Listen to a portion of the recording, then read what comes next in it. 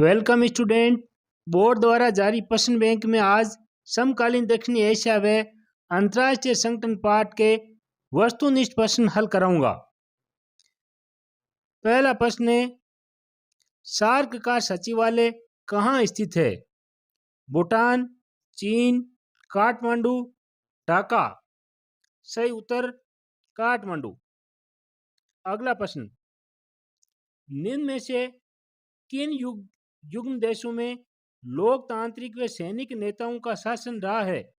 पाकिस्तान और बांग्लादेश, नेपाल और भूटान, मालदीव और श्रीलंका, भारत और भूटान। सही उत्तर पाकिस्तान और बांग्लादेश।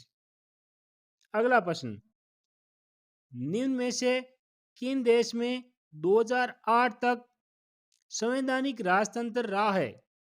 नेपाल, पाकिस्तान, श्रीलंका, बांग्लादेश। सही उत्तर नेपाल।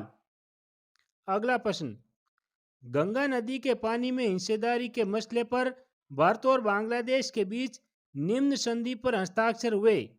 फरक्का, नमामि गंगे, सिंधु, उपयुक्त में से कोई नहीं। सही उत्तर फरक्का। अगला प्रश्न, 1971 में भारत पाक युद्ध के समय पाकिस्तान के शासन की बागडोर किसके हाथों में थी? अयूब खान, याह्या खान, जिया उल हक, परवेज मुशर्रफ। सही उत्तर याह्या खान बे। अगला प्रश्न, दक्षिणी एशिया के देशों में सबसे पहले किस देश ने अपनी अर्थव्यवस्था का उदारीकरण किया? भारत, चीन, श्रीलंका, पाकिस्तान। सही उत्तर श्रीलंका। अगला प्रश्न, स्वतंत्र बांग्लादेश के प्रथम राष्ट्राध्यक्ष कौन बने? मुजीबुर रहमान, जियाउर रहमान, एच.एम. रहमान, नूर हुसैन। सही उत्तर मुजीबुर रहमान। अगला प्रश्न, 7 पार्टी अलायंस यानी 7 पार्टियों का गठबंधन का संबंध किस देश से है? भूटान, नेपाल, श्रीलंका, मालदीव। सही उत्तर नेपाल। अगला प्रश्न, जातीय संघर्ष से जूझने वाला दक्षिणी एशियाई देश है? नेपाल, भूटान, श्रीलंका, बांग्लादेश। सही उत्तर श्रीलंका। अगला प्रश्न, नेपाल लोकतांत्रिक गणराज्य कब बना? 2008, 2006, 2002, 2005। सही उत्तर 2008। अगला प्रश्न, सरक्रिक सीमा रेखा को लेकर किन दो देशों के मध्य विवाद है? भारत पाकिस्तान, भारत चीन, भारत बांग्लादेश, भारत अफगानिस्तान। सही उत्तर भारत पाकिस्तान। अगला प्रश्न, यदि आपको विदेश यात्रा करनी हो तो निम्न में से किस देश में जाने के लिए वीजा पासपोर्ट की आवश्यकता नहीं होगी? बांग्लादेश, नेपाल, श्रीलंका, मालदीव। सही उत्तर नेपाल। अगला प्रश्न, दक्षेस यानी सार्क का पूरा नाम क्या है? South Asian association for reasonable cooperation, south Asian association on reasoning cooperation, south Asian association for regional cooperation, south Africa associates for regional cooperation. इसका सही उत्तर है से, south Asian association for regional cooperation यानी कि सार्क। अगला प्रश्न है, रिक्त स्थानों की पूर्ति करो। 1960 में भारत और पाकिस्तान के बीच नदी के जल को लेकर समझौता हुआ। इसका सही उत्तर है सिंधु नदी के जल को लेकर समझौता हुआ। अगला प्रश्न है, 1998 में भारत ने परमाणु परीक्षण किए थे। 1998 में भारत ने पोखरण में परमाणु परीक्षण किए थे।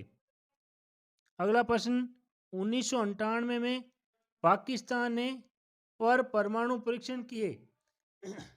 1998 में पाकिस्तान ने चगाई पहाड़ी पर परमाणु परीक्षण किए।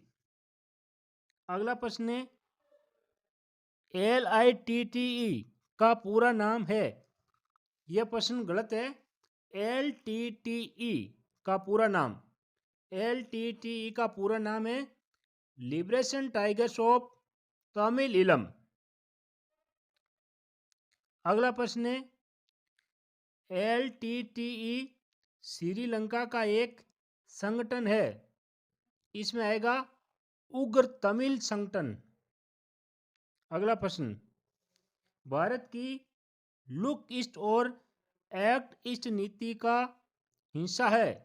इसमें आएगा बांग्लादेश भारत की लुक ईस्ट और एक्ट ईस्ट नीति का हिस्सा है। अगला प्रश्न है, शेख मुजीबुर रहमान के नेतृत्व वाली पार्टी ने 1970 के चुनाव में पूर्वी पाकिस्तान की सारी सीटों पर विजय मिली। इसका उत्तर है अवामी लीग पार्टी को 1970 के चुनाव में पूर्वी पाकिस्तान की सारी सीटों पर विजय मिली थी। अगले पाठ का नाम है अंतर्राष्ट्रीय संगठन।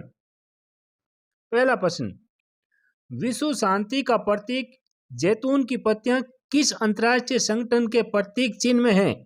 संयुक्त राष्ट्र संघ, यूरोपीय संघ, दक्षेश, नाटो। सही उत्तर संयुक्त राष्ट्र संघ UNO। दूसरा प्रश्न, UNO की संस्था अंतर्राष्ट्रीय मुद्रा कोष में सर्वाधिक मत निम्न में से किसे प्राप्त है? रूस, अमेरिका, फ्रांस, G7। सही उत्तर अमेरिका। तीसरा प्रश्न, संयुक्त राष्ट्र संघ के मूल संस्थापक देशों की संख्या थी 50, 51, 52, 53। सही उत्तर 51। अगला प्रश्न, रूजवेल्ट व चर्चिल ने एटलांटिक पर हस्ताक्षर कब किए? 1940, 1941, 1945, 1946। सही उत्तर 1941। अगला प्रश्न, संयुक्त राष्ट्र संघ के प्रथम महासचिव किस देश के थे? Norway, Sweden, Burma, Peru. सही उत्तर नॉर्वे के। अगला प्रश्न, संयुक्त राष्ट्र संघ के वर्तमान महासचिव है एंटोनियो गुटेरेस, यूथान, बान की मून, डेग हेमरशोल्ड। सही उत्तर एंटोनियो गुटेरेस। सुरक्षा परिषद में अस्थायी सदस्यों को कितने वर्ष के लिए चुना जाता है? 2 वर्ष, 1 वर्ष, 3 वर्ष, 5 वर्ष। सही उत्तर 2 वर्ष। अगला प्रश्न, निम्न में से कौन सा संगठन परमाणु ऊर्जा के शांतिपूर्ण उपयोग को बढ़ावा देता है? एमनेस्टी इंटरनेशनल, अंतर्राष्ट्रीय आणविक ऊर्जा एजेंसी, ह्यूमन राइट वॉच, सुरक्षा परिषद। सही उत्तर अंतर्राष्ट्रीय आणविक ऊर्जा एजेंसी। अगला प्रश्न, 1 जून 2018 तक वीटो पावर का इस्तेमाल किसके द्वारा सबसे ज़्यादा किया गया? फ्रांस, अमेरिका, यूके, रूस। इसका सही उत्तर है रूस। रूस ने 2018 तक 135 बार वीटो पावर का इस्तेमाल कर लिया। उसके बाद स्थान आता है अमेरिका का, जिसने 84 बार वीटो पावर का इस्तेमाल किया। उसके बाद यूके, यूनाइटेड किंगडम 32 बार। उसके बाद फ्रांस 18 बार और सबसे कम वीटो पावर का इस्तेमाल चीन ने किया है 11 बार। ये बात हो रही है 1 जून 2018 तक की। अगला प्रश्न, अंतर्राष्ट्रीय दंड न्यायालय का मुख्यालय कहाँ स्थित है? New York, Hague, Geneva, Washington DC। इसका सही उत्तर है हेग। अगला प्रश्न, अंतर्राष्ट्रीय आणविक एनर्जी एजेंसी की स्थापना किस वर्ष की गई? 1995, 1945, 1957, 1959। सही उत्तर 1957। अगला प्रश्न, WTO ने किस पूर्ववर्ती संस्था का स्थान लिया? WHO, UNICEF, GATT, UNDP। सही उत्तर गेट, जिसका पूरा नाम है general agreement on trade and tariff. अगला प्रश्न, निम्न में कौन सा देश UNO के सालाना बजट में सर्वाधिक योगदान देता है? फ्रांस, जापान, संयुक्त राज्य अमेरिका, चीन। इसका सही उत्तर संयुक्त राज्य अमेरिका। अगला प्रश्न है, रिक्त स्थानों की पूर्ति करो। पहला है, नॉर्वे के संयुक्त राष्ट्र संघ के पहले महासचिव बने थे। इसका सही उत्तर है ट्राइग्वे ली।